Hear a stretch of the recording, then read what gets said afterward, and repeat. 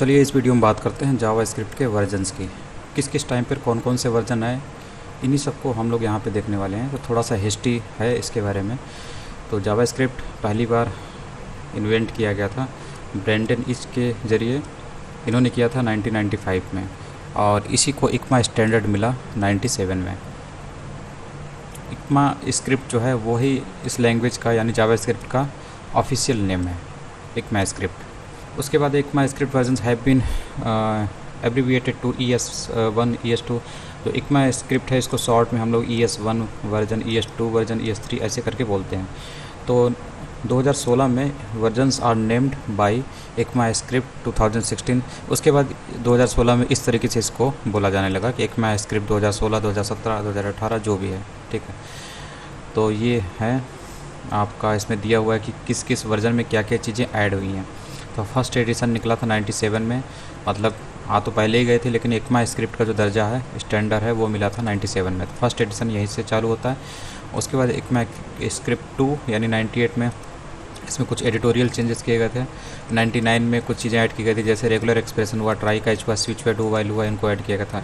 इक्मा script 4 में ये release ही नहीं हुआ, ठीक है। फिर उसके बाद इक्मा स्क्रिप्ट 5 यानी 2009 में कुछ चीज़ें ऐड की गई, जैसे स्क्रिप्ट मोड ऐड किया गया, जेसन सपोर्ट, उसके बाद ट्रिम मेथड, इस एरे मेथड और एरे के ये जो मेथड ये सब ऐड किए गए थे। फिर 2015 में इक्मा स्क्रिप्ट 15 में लेटर कास्ट कीवर्ड ऐड किए गए, इनको तो आपने पहले ही पढ़ा है। डिफ़ॉल्ट पैरामीटर ऐड किया गया, parameter values, find method add किया गया एरे का, और फाइंड इंडेक्स मेथड एरे का, इसको ऐड किया गया। 2016 में एक्सपोनेंशियल ऑपरेटर ऐड किया गया और इंक्लूड्स मेथड ऐड किया गया एरे का। 2017 इक्मा स्क्रिप्ट 2017 में पैडिंग ऐड की गई, और ऑब्जेक्ट में जो एंटिटीज़ होता है वो पता करने के लिए एक मेथड ऐड किया गया, ऑब्जेक्ट के वैल्यूज़ को पता करने के लिए वैल्यूज़ मेथड। फिर असिंक्रोनाइजेशन जो मेथड होते हैं, उनको फंक्शन होते हैं, उनको ऐड किया गया। शेयर्ड मेमोरी का कॉन्सेप्ट है। ट्रेलिंग कॉमास को ऐड किया गया फंक्शन पैरामीटर्स के लिए। फिर 2018 इसका इस इक्मा स्क्रिप्ट में रेस्ट और स्प्लिट प्रॉपर्टीज़ ऐड की गई, असिंक्रोनस आइट्रेशन ऐड किया गया। ये सब है इसमें, जो चीज़ें आप पढ़ लीजिएगा, इस टाइप में ये बता रहा है। तो यही सब है। This tutorial covers every version of Java script. तो ये जो ट्यूटोरियल है इसमें सारे वर्जन कवर किए जाएंगे। तो ये तो अभी शॉर्ट में आपने देखा, अभी धीरे धीरे बता रहा है कि कौन कौन सा वर्जन है जिसने सपोर्ट किया है। ये ब्राउज़र है, ब्राउज़र को कौन कौन सा ये सपोर्ट मिला किस किस वर्जन के ज़रिए। और उसके बाद है जैसे इक्मा स्क्रिप्ट 5 जो 2009 में आया था, उसी में जो अभी हम लोगों ने शॉर्ट में पढ़ा है उसी के बारे में बता रहे हैं कौन कौन से फीचर ऐड किए गए हैं। तो इनको आप देख सकते हैं इनके अंदर जाके, जैसे कि इसके बारे में हम लोगों ने अभी पढ़ा है, यूज स्क्रिप्ट डायरेक्टिव ये क्या काम करता है। जो भी वेरिएबल्स होते हैं या फंक्शन होते हैं, उनका जो रियल सिंटेक्स होता है उसको फॉलो कराने के लिए यूज स्टिक किया जाए, ये डायरेक्टिव का इस्तेमाल किया जाता है, ठीक है। स्टिक मोड में चलता है, इससे कोई जो सिक्योरिटी जो इशू होते हैं वो कम हो जाते हैं, ठीक है। तो ऐसे करके इस्तेमाल हो, इसके बारे में तो अभी हम लोगों ने पढ़ा ही था। तो इस टाइप में आप देख लीजिएगा, इसके अंदर जाके सब पढ़े हुए हैं पहले। For each method, map method, filter, reduce method, every, some, index of, ये सब हम लोगों ने पढ़ चुके हैं पहले ही। और ऑब्जेक्ट के हैं तो ऑब्जेक्ट तो आगे मिलेगा, तो आगे ही हम लोग पढ़ेंगे, ठीक है। तो यूज स्टिक डायरेक्टिव क्या होता है? Defines JavaScript code to be executed in strict mode, यानी जो भी जावा स्क्रिप्ट का कोड है वो स्टिक्ट मोड में एग्जीक्यूट होगा। तो इस तरीके से इस्तेमाल होता है। और इसमें जैसे कि कोई अनडिक्लेयर्ड वेरिएबल्स है तो स्ट्रिक्ट मोड की वजह से अनडिक्लेयर्ड वेरिएबल्स आप इस्तेमाल नहीं कर पाएंगे, उससे आपको एरर मिलेगी। तो स्ट्रिक्ट मोड का ये फ़ायदा होता है कि जो कोई वेरिएबल है जिससे तो उसके ग्लोबल वेरिएबल्स बनने की चांसेस होती है, तो इससे सिक्योरिटी इशू आते हैं, तो उसको ग्लोबल वेरिएबल बनने से भी रोका जा सकता है। और बिना स्ट्रिक्ट मोड के जो कोड हम लोग चलाते हैं, अगर कोई ओल्ड ब्राउज़र में चलाते हैं तो वहाँ पर हम लोगों को सिक्योरिटी के इशू भी देखने को मिलते हैं, क्योंकि वो कोई एरर थ्रो नहीं करते हैं, जैसे हम लोग पहचान नहीं पाते हैं कि कौन सी एरर है हमारे कोड में, ठीक है। तो वहाँ पर भी उन ओल्ड ब्राउज़र से भी हम लोग स्ट्रिक्ट मोड के ज़रिए एरर फाइंड आउट करा सकते हैं, ठीक है। इसके बाद है प्रॉपर्टी एक्सेस ऑन स्ट्रिंग्स। तो ये स्ट्रिंग है, स्ट्रिंग में पर्टिकुलर पोजीशन पर बैठे हुए कैरेक्टर को आप पता करना चाहते हैं, तो इसके लिए आप कैरेक्टर ऐड मेथड का इस्तेमाल करिए और इसमें पास कर दीजिए उस एलिमेंट की पोजीशन, उस लेटर की पोजीशन जिसे आपको पता करना है। जैसे कि आप पता करना चाहते हैं कि इसमें 0 इंडेक्स पे क्या बैठा हुआ है, ठीक। तो 0 इंडेक्स वालों को आप गेट करना चाहते हैं, एक्सेस या निकालना चाहते हैं, तो आप कैरेक्टर ऐड में भेज देंगे 0, ठीक है। तो उसका जिस तरीके से होता है, और ये तो आपको पता ही होगा, ये एक HTML डॉक्यूमेंट है जिसमें जावास्क्रिप्ट का कोड लगा हुआ है यहाँ से यहाँ के बीच में, जहाँ पर आपका ये वेरिएबल बनाया गया है जिसमें वैल्यू डाली गई स्ट्रिंग वैल्यू, और ये आपका मेथड है document.getElementById.demo.html। ये बोलता है कि ये जो डॉक्यूमेंट है इसमें डेमो ID वाला HTML एलिमेंट खोजना है और उसके इनर HTML पर इसकी वैल्यू रखनी है, ठीक है। तो डॉक्यूमेंट में इसमें डेमो ID वाला HTML एलिमेंट कौन सा, ये पैराग्राफ एलिमेंट, इसका इनर HTML मतलब ये ओपन टैग और ये क्लोज टैग के बीच में जो प्लेस होता है उसको इनर HTML या content of this HTML element बोलते हैं। और यहीं पे क्या रखना है, इसकी वैल्यू रखनी है, और इसकी वैल्यू क्या होगी, ये जो स्ट्रिंग है, स्ट्रिंग वेरिएबल है, इसी के ऊपर कैरेक्टर ऐड मेथड लगाया गया और इसमें पास किया 0 इंडेक्स। तो इस स्ट्रिंग में 0 इंडेक्स पे जो वैल्यू बैठी हुई है, ठीक है, तो 0 इंडेक्स पे क्या है, ये 0 इंडेक्स पे होता है, ये 1 इंडेक्स, ये 2 इंडेक्स, ऐसे करके होता है। तो 0 इंडेक्स वाला जो लेटर है वो आपके सामने आ जाएगा, ठीक है। तो इससे आपको क्या मिलेगा, H मिलेगा, और ये H कहाँ पे रख दिया जाएगा, यहाँ पर रख दिया जाएगा, जिसके बाद ये पैराग्राफ एलिमेंट वेब पेज में डिस्प्ले करेगा। तो आपको ये दिख रहा है यहाँ पर, इस तरीके से ये काम होता है। अब जैसे कि मान लीजिए आपको ये वाला लेटर चाहिए, ये O चाहिए, तो ये किस इंडेक्स पे है, 0 1 2 3 4, ये 4 इंडेक्स पे, तो आपको यहाँ पे 4 रखना होगा। अब आपको यहाँ पे क्या मिलेगा, यहाँ पर आपको O मिलेगा, ठीक है। इसी तरीके को आप दूसरे तरीके से भी कर सकते हैं, मतलब इस चीज़ को आप दूसरे तरीके से कर लीजिए, जैसे कि यहाँ पर आप एरे की तरह ट्रीट करके str, ठीक है, str एक एरे, और उसके बाद यहाँ पर उसके अंदर आप इंडेक्स दे देते हैं स्क्वायर ब्रैकेट के अंदर, तो H आपको निकालना है, तो इस चीज़ से आप एक्सेस कर सकते हैं H को। इसके बाद है यहाँ पर स्ट्रिंग्स ओवर मल्टीपल लाइंस, तो ये बता रहा है कि जो आपकी स्ट्रिंग है इसको आप मल्टीपल लाइंस में फैला सकते हैं, लिख सकते हैं। तो इसके लिए आपको बैकस्लैश की मदद लेनी पड़ती है, जैसे कि यहाँ पर है, तो यहाँ पर इसने क्या काम किया, यहाँ पर आप देखिए हेलो के बाद आधी स्ट्रिंग ये यहाँ पर ले गया, ठीक है। तो नीचे कैसे ले जा सकते हैं, तभी ले जा सकते हैं जब आप यहाँ पर बैकस्लैश का इस्तेमाल करिए। और दूसरा तरीका क्या है, आपको ये स्ट्रिंग और ये दोनों को आपको स्ट्रिंग बनाना पड़ेगा, ठीक है।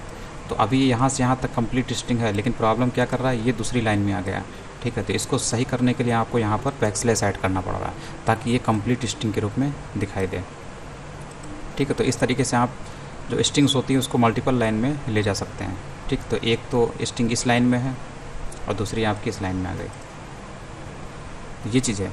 और दूसरा तरीका तो आपको पता ही होगा, यहाँ पर हम लोग डबल कोट कर देते हैं और इसकी जगह पर हम लोग प्लस सिंबल करते हैं और इसको भी हम लोग डबल कोट में कर दें, ठीक है। तो ये भी स्ट्रिंग हो गई और ये भी स्ट्रिंग हो गई, और आपको पता है कि आप कहाँ से ब्रेक कर सकते हैं, ऑपरेटर की जगह से, तो ये ऑपरेटर है, और इसकी जगह से आप ब्रेक कर सकते हैं स्ट्रिंग को, ठीक है। तो यही से भी आपका हो जाएगा।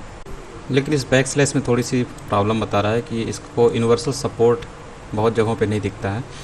तो ये बता रहा है कि इसकी जगह पर आप क्या इस्तेमाल कर सकते हैं, अगर सेफली आपको ब्रेक करना है स्ट्रिंग लेटर को, तो आप प्लस ऑपरेटर का भी इस्तेमाल कर सकते हैं, और इस तरीके से एक इस लाइन में और एक इस लाइन में हो गया, ऐसे भी कर सकते हैं।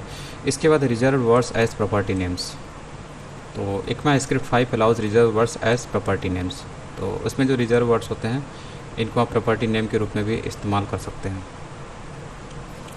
जैसे कि यहाँ पर आपका ये प्रॉपर्टी है और ये उसकी वैल्यू है, ये प्रॉपर्टी है और ये वैल्यू, ठीक है। तो यहाँ पर नेम आपको पता होगा रिजर्व वर्ड है और न्यू भी रिजर्व वर्ड है, लेकिन एज प्रॉपर्टी नेम आप इसको इस्तेमाल कर सकते हैं। नॉर्मली वेरिएबल बनाने में हम लोग नहीं कर पा रहे थे, लेकिन प्रॉपर्टी के रूप में इस्तेमाल कर सकते हैं, ठीक।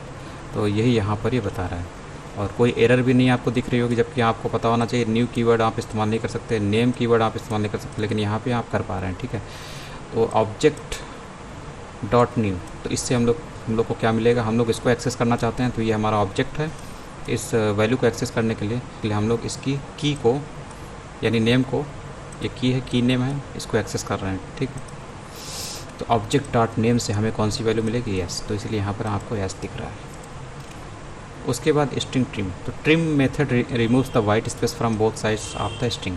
अभी आपकी स्ट्रिंग है, यहाँ से लेकर यहाँ तक स्ट्रिंग है, तो यहाँ पर जो वाइट स्पेस दिख रहा है कौन सा, ये इतना इधर और इतना इधर, ये इसको कैसे रिमूव करेंगे, इसके लिए हम लोग ट्रिम मेथड का इस्तेमाल करते हैं, ठीक है। तो इससे आपका वाइट स्पेस रिमूव हो जाता है दोनों साइड से, स्ट्रिंग की दोनों साइड से। उसके बाद इस एरे, ये मेथड चेक करता है कि आपका जो ऑब्जेक्ट है क्या वो एरे है, ठीक है। और ये आपका ऑब्जेक्ट है, ये ऑब्जेक्ट है in the form of array, और जब आप इसमें एरे डॉट इस एरे मेथड में आप जब इसको पास करते हैं यहाँ से आपको आंसर मिलता है कि ये है क्या। ठीक है, तो जब आप इसको बटन को करेंगे प्रेस तो आपको मिलता है ट्रू, यानी कि ये जो है इस एरे ने आपको क्या पास किया, यहाँ से आपको क्या मिलेगा, ट्रू मिलेगा। ठीक है, तो यहाँ पर इसीलिए यहाँ पर ट्रू दे रहा है कि हाँ वो जो फ्रूट है वो एरे ही है। फिर उसके बाद है एरे फॉर ईच। ये मेथड क्या काम करता है, it calls a function once for each element of the array. Array में जो प्रत्येक एलिमेंट होते हैं जैसे 45 है, 4 है, 9 है, ठीक है, इनके लिए हर एक के ऊपर एक फंक्शन कॉल होगा जो कि इनकी वैल्यू को मॉडिफाई करेगा। ठीक है, तो इसके लिए हम लोग फॉर ईच में मेथड पास कर सकते हैं that will be apply on every element of this array. जैसे कि यहाँ पर इस नंबर्स पे लगाए गए फॉर ईच मेथड, और इसमें हम लोग पास कर देते हैं उस फंक्शन को जो फंक्शन इस एरे मौजूद एलिमेंट पे अप्लाई होगा। ठीक है, तो ये फंक्शन आपका कहाँ पर है, यहाँ पर आपने बनाया है, और इसमें ये जो वैल्यूज़ है यहाँ पर पास होंगी, और उसके बाद इनमें कुछ चेंजेस होंगे। क्या चेंजेस होंगे, txt प्लस वैल्यू। ठीक, तो txt में क्या है, स्ट्रिंग है, अभी कुछ नहीं है, और इसमें ये वाली वैल्यू ऐड हो जाएगी। इसके बाद है एरे मैप मेथड है, और इसमें हम लोग क्या काम करते हैं, इस मैप में एक फंक्शन पास करते हैं। इस फंक्शन के ज़रिए हम लोग एरे के जो प्रत्येक एलिमेंट है उसमें कुछ ना कुछ मॉडिफिकेशन कर सकते हैं। जैसे कि यहाँ पर इसने क्या काम किया, यहाँ पर ये क्या काम कर रहा है, यहाँ पर ये एक एरे है, ठीक है, और इस एरे पे ये अप्लाई कर रहा है मैप मेथड, और मैप मेथड में हम लोग फंक्शन को पास करते हैं। इस फंक्शन के ज़रिए क्या होता है, मैप मेथड इस एरे के हर एक एलिमेंट में मॉडिफिकेशन करता है। जैसे कि इस फंक्शन में हम लोगों ने क्या पास किया, यहाँ पर आपको कुछ देना होता है, 3 चीज़ें यहाँ पर देनी होती हैं, वैल्यू, इंडेक्स और एरे। ठीक, ये 3 चीज़ें आपकी लिखी होती हैं। यहाँ पर वैल्यू का इस्तेमाल हो रहा है, ठीक है, तो वैल्यू तो आपको यहाँ पर देना ही, और ये वैल्यू जो होती है यही वैल्यू होती है, ठीक है, जो यहाँ पर आती है, और उसके बाद इसमें मल्टीप्लिकेशन होता है, फिर यही चीज़ यहाँ पे रिफ्लेक्ट होकर दिखती है। ठीक है, जो नया एरे आपको मिलेगा इसमें आपको रिफ्लेक्ट होते हुए दिखेगी। तो इन सभी को डबल किया जा रहा है, दुगना किया जा रहा है, 2 से मल्टीप्लाई किया जा रहा है, इसीलिए आपको यहाँ पर 45 की जगह 90, 4 की जगह 8 और 9 की जगह 18 ऐसे करके आपको दिख रहा है। अब यहाँ पर इंडेक्स का इस्तेमाल नहीं हो रहा है, तो आप चाहें तो इसको हटा सकते हैं, क्योंकि यहाँ पर इसका इस्तेमाल नहीं है। ठीक है, तब भी आपका आंसर क्या होगा, सेम रहेगा, क्योंकि जिस चीज़ का इंडेक्स का इस्तेमाल नहीं हो रहा तो वहाँ आप उसको छोड़ सकते हैं। इस तरीके से काम करता है। ठीक है, तो यहाँ पर इस तरीके से होता है।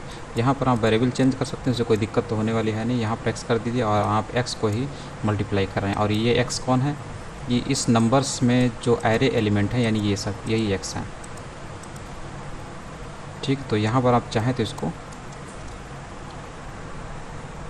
कर सकते हैं। क्या कर सकते हैं, इसको आप एक्सपोनेंट इसका ले सकते हैं। मान लीजिए 2 से हम x का एक्सपोनेंट लेते हैं, तो 45 की पावर 2 कितना बनेगा, तो ये आप आ गया।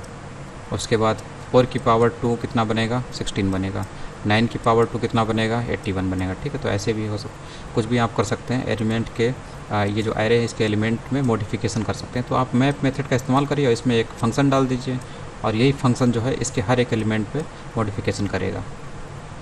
तो ये जो नया एरे है आपको जो मिल रहा है, इसी के एलिमेंट आपको यहाँ पे दिख रहे हैं। इस तरीके से कर सकते हैं। उसके बाद एरे फिल्टर मेथड है। It creates a new array from elements with A value larger than 18। तो ये क्या काम करता है, एक एरे से दूसरे एरे को निकालने की कोशिश करता है जो इस कंडीशन को सेटिस्फाई कर रहा हो। तो एक एरे में जो एलिमेंट हैं वो आपको ये दिख रहे हैं। अब यहाँ पर आपको इसमें से फ़िल्टर करके एक नया एरे बनाना है। ठीक है, तो फ़िल्टर के लिए आप यहाँ पर फ़िल्टर मेथड इसके ऊपर अप्लाई करते हैं इस एरे पे, और यहाँ पर एक फंक्शन को पास करते हैं, और ये फंक्शन क्या करता है, इसी में कंडीशन लिखी हुई होती है। ठीक है, इस तरीके से। तो अगर इसको हम लोग करके देखें तो यहाँ पर आपको दिख रहा होगा इसने क्या काम किया है। इसने यहाँ पर फ़िल्टर में एक फ़ंक्शन पास किया है। ठीक है, तो ये एरे है, इसी एरे के ऊपर फ़िल्टर मेथड लगाया गया, इसी में हम लोग फंक्शन पास करते हैं, और ये फंक्शन क्या काम कर रहा है, कुछ चीज़ें रिटर्न कर रहा है। ये क्या रिटर्न करना है, इसकी जो भी वैल्यू होगी जो कि 18 से ज़्यादा होगी उसी के लिए ट्रू रिटर्न करेगा।